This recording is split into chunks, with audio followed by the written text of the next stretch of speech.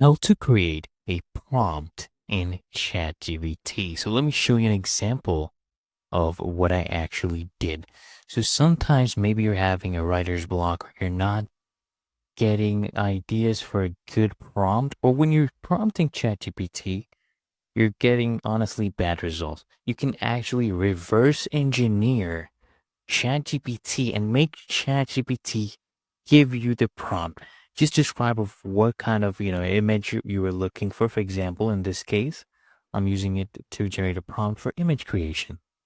So I told it to give me a nice prompt to use on ChatGPT for image creation. If you don't know, ChatGPT has this tool called DALL-E that helps create you images.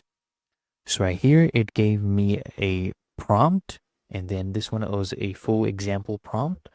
So I took this, I copied this, and then I pasted this into ChatGPT itself. You come here, choose the tool, picture with DALL-E, and then I put this prompt in and check this out, guys. That is a very, very accurate image based on this description. Really good quality.